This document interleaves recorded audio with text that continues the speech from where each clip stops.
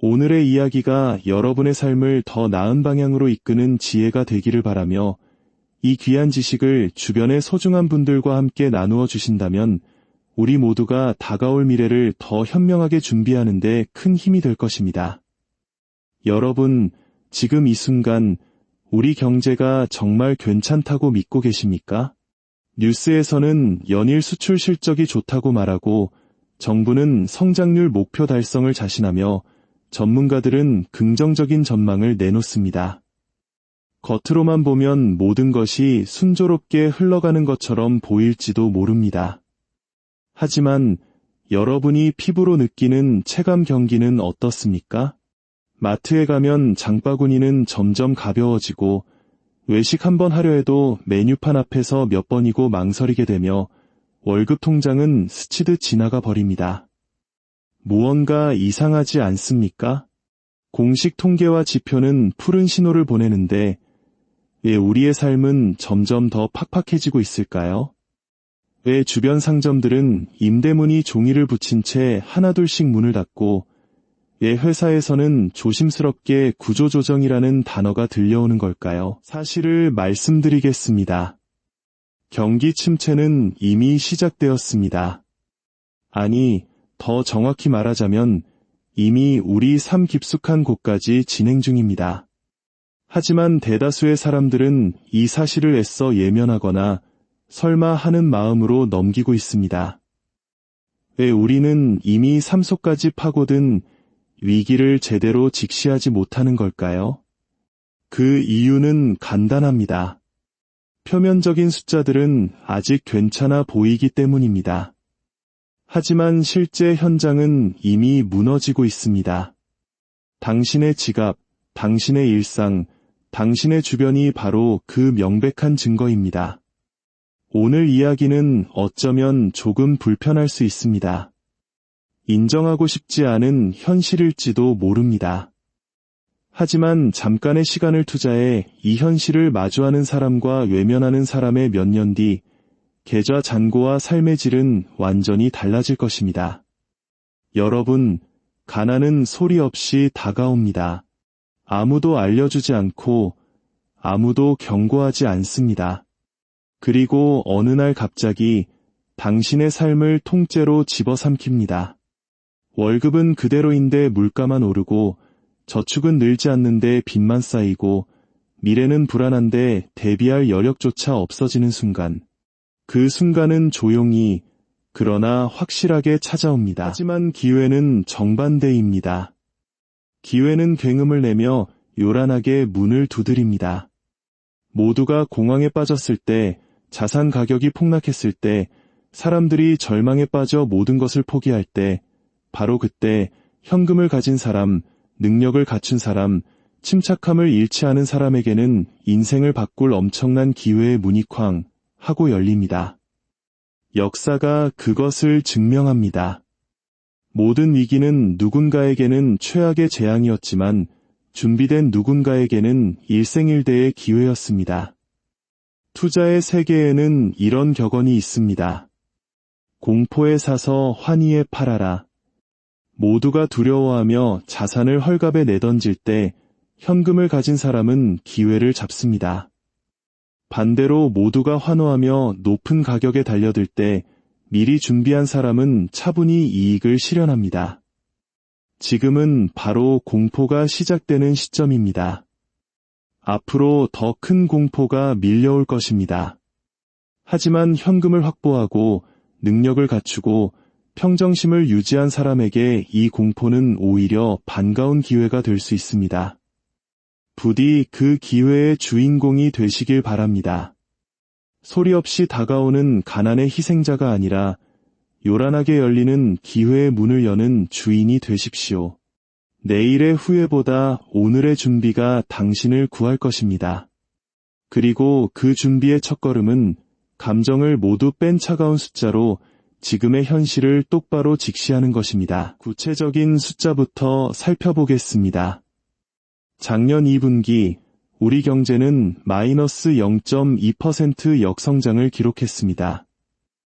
3분기와 4분기에는 각각 0.1% 성장하며 겨우 마이너스를 면했죠. 사실상 제자리 걸음입니다.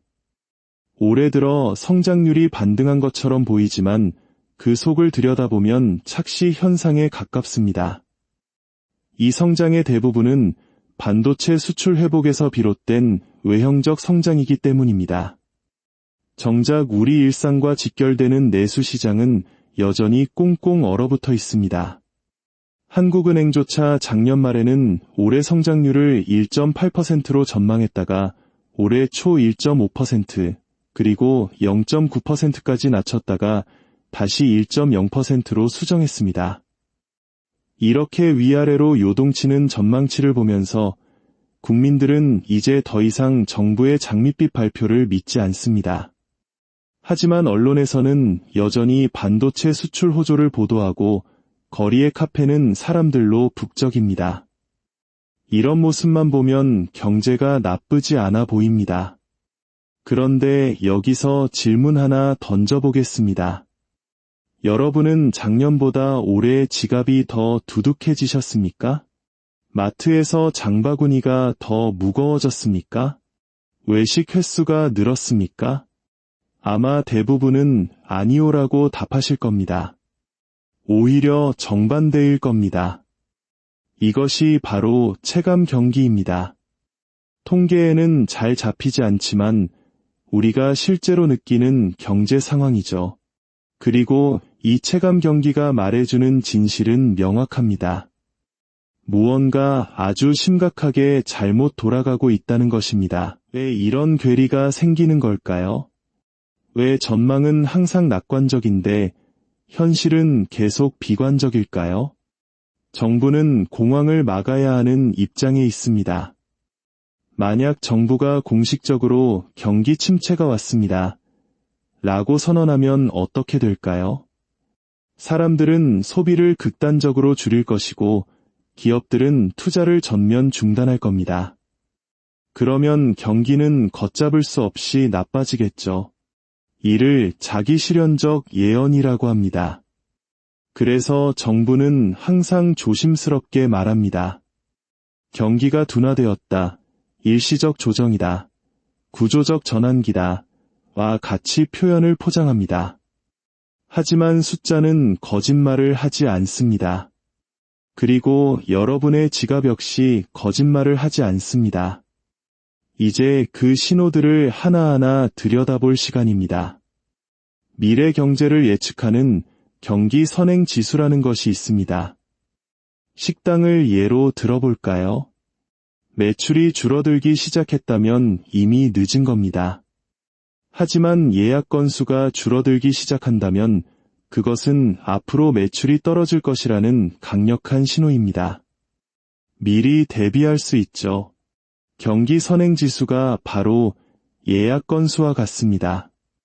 그리고 지금 이 선행지수는 매우 복잡하고 불확실한 신호를 보내고 있습니다. 일부 지표는 개선되는 듯 보이지만 다른 핵심 지표들은 여전히 부진합니다. 회복이 불균등하게 아주 불안정하게 진행되고 있다는 뜻입니다. 한국은행 같은 기관에서는 이를 개선세가 둔화되었다와 같은 중립적인 표현을 쓰지만 이걸 우리말로 번역하면 조심해라, 위험하다는 뜻입니다. 이제 더 심각한 이야기를 해보죠. 바로 소비입니다. 한국 경제에서 민간 소비가 차지하는 비중은 약 49.9%로 60%가 넘는 미국이나 영국에 비해 현저히 낮습니다. 우리는 수출에 너무 많이 의존하고 있습니다. 수출은 외줄타기와 같습니다. 잘하면 박수를 받지만 한번 삐끗하면 그대로 추락합니다. 지금 한국 경제는 아슬아슬한 외줄 위를 걷고 있는 셈입니다. 문제는 내수입니다. 수출이 흔들릴 때 내수가 든든하게 받쳐줘야 하는데 한국은 내수가 너무나 약합니다. 왜일까요? 사람들이 돈을 안 쓰기 때문입니다. 아니, 정확히는 쓸 돈이 없는 겁니다. 40대 초반의 김대리를 생각해 봅시다. 그는 작년에 영혼까지 끌어모아 서울 변두리에 작은 아파트를 대출로 마련했습니다. 매달 원리금으로만 250만 원이 나갑니다. 초등학생 아이 둘의 학원비도 만만치 않습니다. 회사는 구조조정 소문이 들리고 월급이 오를 가능성은 희박합니다. 이런 상황에서 김 대리가 새 차를 살까요? 해외여행을 갈까요? 안 합니다. 못 합니다. 미래가 불안하니 지금 쓸 수 있는 돈도 아껴서 빚을 갚거나 저축을 합니다.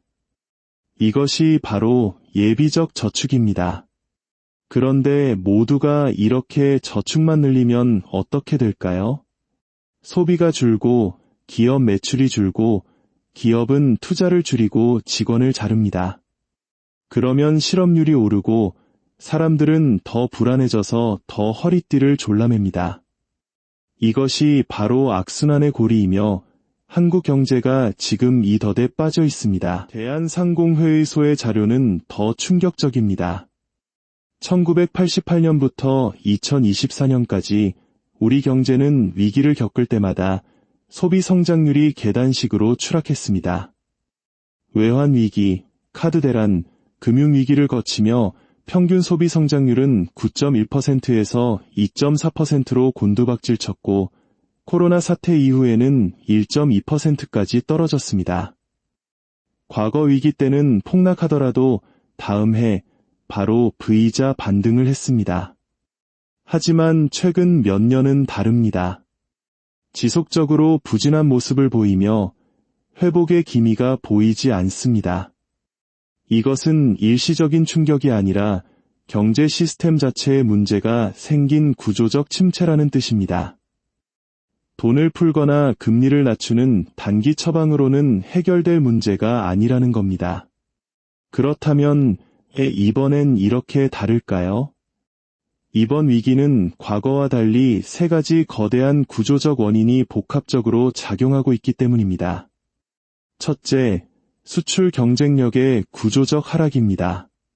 반도체를 제외한 철강, 조선, 디스플레이 등 과거 우리의 주력 산업들이 중국의 무서운 추격에 밀리고 있습니다. 둘째, 감당할 수 없는 수준의 가계부채입니다. 우리는 버는 돈보다 빚이 더 빨리 늘어난 대표적인 나라입니다. 금리가 조금만 올라도 이자, 부담에 허리가 튑니다. 셋째, 잠재 성장률의 하락입니다. 쉽게 말해 경제의 기초 체력이 고갈되고 있다는 뜻입니다. 인구가 줄고 고령화가 심화되고 기업 투자가 위축되면서 우리 경제의 엔진 자체가 식어가고 있습니다. 휘발유를 아무리 부어도 시동이 걸리지 않는 낡은 자동차와 같은 신세가 된 겁니다. 그렇다면 이 경기 침체가 우리 삶에 구체적으로 어떤 영향을 미칠까요?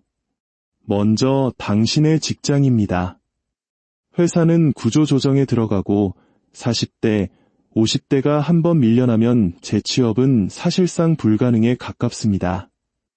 자영업은 더 처참합니다. 동네마다 가게는 넘쳐나는데 손님은 없고 하루 12시간씩 일해도 아르바이트생보다 적은 돈을 가져가는 게 현실입니다. 부동산은 어떨까요? 인구가 줄고 소득이 늘지 않는데 집값이 계속 오를 것이라는 믿음은 환상에 가깝습니다. 지방부터 시작된 가격 붕괴는 곧 수도권으로 번질 겁니다. 가격이 떨어지는 것보다 더 무서운 것은 내가 팔고 싶을 때 내 집을 사줄 사람이 아예 사라지는 것입니다. 주식 역시 장기적으로는 하락할 가능성이 큽니다. 모든 자산이 위험한 시대입니다. 정부가 돈을 풀어 대응하겠지만 이미 내성이 생긴 경제에 약효가 있을지는 미지수입니다. 오히려 인플레이션과 국가부채 급증이라는 부작용만 키울 수 있습니다. 그렇다면 우리는 어떻게 해야 할까요? 속수무책으로 당해야만 할까요? 아닙니다. 준비한 사람만이 살아남을 것입니다. 이제 가장 중요한 이야기, 어떻게 살아남을 것인가에 대해 말씀드리겠습니다. 첫째, 자산 구조를 재편해야 합니다. 부동산에 모든 것을 걸었다면 분산하십시오. 현금 확보는 필수이며 달러나 금 같은 안전자산도 포트폴리오에 담아야 합니다. 이제는 시세 차익을 노리는 투자가 아니라 매달 통장에 돈을 꽂아주는 현금 흐름을 만드는 자산에 집중해야 합니다. 둘째, 소득원을 다변화해야 합니다. 월급이라는 하나의 소득원에만 의지하는 것은 매우 위험합니다. 직장이 무너지면 당신의 삶도 함께 무너집니다. 부업을 찾고 프리랜서로 일할 기술을 배우고 온라인으로 수익을 창출할 방법을 모색하십시오. 이것은 사치가 아니라 생존 전략입니다. 셋째, 당신의 능력에 투자하십시오. 시장이 필요로 하는 기술과 지식은 절대 당신을 배신하지 않습니다. 인플레이션으로 돈의 가치는 떨어져도 당신의 능력의 가치는 떨어지지 않습니다. 지금 바로 자신에게 물어보십시오. 나는 회사 밖에서도 살아남을 수 있는가? 만약 답이 망설여진다면 지금부터 준비해야 합니다. 경기 침체는 피할 수 없지만 어떻게 대응할지는 선택할 수 있습니다. 그리고 아는 것만이, 준비하는 것만이 이 냉혹한 경제 전쟁터에서 당신을 지킬 유일한 무기입니다. 바로 그때였습니다. 국내 통신사 임원회의실이 술렁이기 시작했습니다. 누군가 태블릿을 들고 뛰어들어오며 외쳤죠. 승인 났습니다. 머스크의 위성 인터넷, 한국 진출이 허가됐습니다. 30년간 지켜온 철옹성의 균열이 생긴 순간 회의실은 얼어붙었습니다. 반면 온라인은 축제 분위기였습니다. 드디어 통신 3사의 독과점을 깨부술 구원자가 나타났다는 환호성이 터져나왔습니다. 그런데 이상한 일이 벌어졌습니다. 정작 통신사 주가는 거의 흔들리지 않았고 임원들은 여유로운 표정이었습니다. 도대체 뭘 믿고 저러는 걸까요? 그리고 우리는 왜 이렇게 외부의 침입자를 열렬히 환영하는 걸까요? 그동안 통신 3사가 우리에게 저지른 일들을 떠올려보면 답은 명확합니다. 우리는 가짜 경쟁에 속았습니다. 그들은 틈만 나면 담합하여 요금을 올렸고 그 부담은 고스란히 소비자의 몫이었습니다. 5G가 LTE보다 20배 빠르다는 광고는 명백한 품질 사기였습니다. 먹통과 끊김이 일상이었죠. 더 최악인 것은 개인정보 유출입니다. 수천만 건의 정보가 뚫려도 그들이 받은 처벌은 솜방망이에 불과했습니다. 고객 정보 1000만 건이 털려도 과징금 1억 원으로 끝나는 나라에서 그들은 고객을 우롱하는 범죄를 반복했습니다. 이것이 우리가 머스크를 해방군처럼 기다리는 이유입니다. 분노가 쌓일 대로 쌓였던 겁니다. 하지만 증권사 리서치 센터에 올라온 긴급 보고서는 우리의 기대에 찬물을 끼얹었습니다. 제목은 스타링크 위협로는 과장됐다.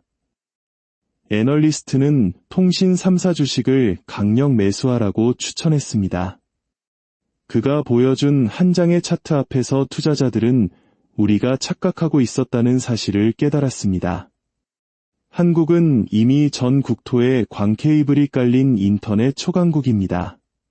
스타링크의 속도는 최대 500MB/s 수준이지만 한국 가정의 기가 인터넷은 1000MB/s가 기본입니다. 속도에서 이미 상대가 안 됩니다. 가격은 더 심합니다. 스타링크는 월 6만 원대에 수십만 원의 초기 장비 비용까지 들지만 우리 기가 인터넷은 월 3, 4만 원 수준의 설치비도 거의 무료입니다. 더 느린 인터넷을 2배나 비싼 돈을 주고 쓸 이유가 없는 겁니다. 안정성도 떨어집니다. 스타링크는 비나 눈이 오면 신호가 약해지는 이성 인터넷의 태생적 한계를 가지고 있습니다. 그렇다면 스타링크는 왜 한국에 들어온 걸까요? 그들의 진짜 목표는 일반 가정시장이 아닙니다. 바로 통신 3사가 커버하지 못하는 틈새 시장, 즉 기업 고객입니다. 파트너사인 SK텔링크는 해상통신 전문 기업입니다. 바다 한가운데 하늘 위 항공기, 광 케이블을 깔기 어려운 오지나 섬 지역이 바로 스타링크의 주 무대인 겁니다. 통신 3사는 이 사실을 이미 알고 있었습니다. 그들은 스타링크를 경쟁자가 아닌 파트너로 보고 있습니다. 바다와 하늘은 스타링크에 맡기고 돈이 되는 육지 시장은 자기들이 계속 독점하는 인인 전략을 짠 겁니다. 소비자들은 실망했습니다. 구원자인 줄 알았던 머스크는 독과점을 깨는 메기가 아니라 그저 틈새 시장을 노리는 작은 물고기였던 겁니다.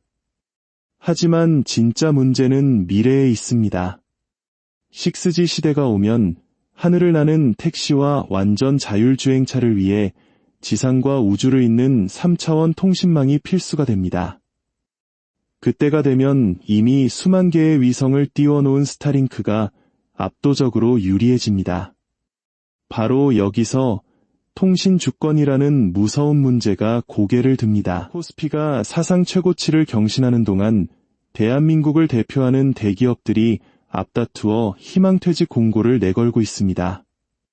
롯데, 신세계, 현대, LG, SK까지 10년에서 20년을 회사에 헌신한 핵심 인력들에게 퇴사를 권유하고 있습니다. 주가는 오르는데 사람은 잘리는 이 기묘한 상황. 이것이 바로 소리 없는 IMF의 실체입니다. 유통업계부터 시작된 감원 칼바람은 제조업, IT, 금융업까지 전 산업으로 번지고 있습니다. 45세 이상, 근속 10년 이상 직원이 대상입니다. 한창 일할 나이에 허리 세대를 잘라내고 있는 겁니다. 심지어 입사 5년 차 대리급 사원까지 희망퇴직 대상에 포함시킨 곳도 있습니다. 1호금으로 연봉 몇 년치를 제시하지만 10년, 20년을 바친 직장인이 하루아침에 일자리를 잃는 고통을 돈으로 환산할 수 있을까요? 희망퇴직에 응하지 않으면 지방으로 발령을 내는 등 사실상 회사를 떠나도록 압박하는 일도 벌어지고 있습니다. 이것은 더 이상 드라마 속 이야기가 아닙니다. 바로 우리 주변에서 일어나고 있는 냉혹한 현실입니다. 1997년 IMF 외환위기는 모두가 체감할 수 있는 극적인 위기였습니다. 금 모으기 운동이 벌어지고 거리에 실업자가 넘쳐났죠. 하지만 지금은 다릅니다. 겉으로는 경제가 잘 굴러가는 것처럼 보이지만 그 이면에서는 통계에 잡히지 않는 조용한 해고, 희망퇴직이라는 포장지로 감춰진 대규모 구조조정이 동시다발적으로 진행되고 있습니다.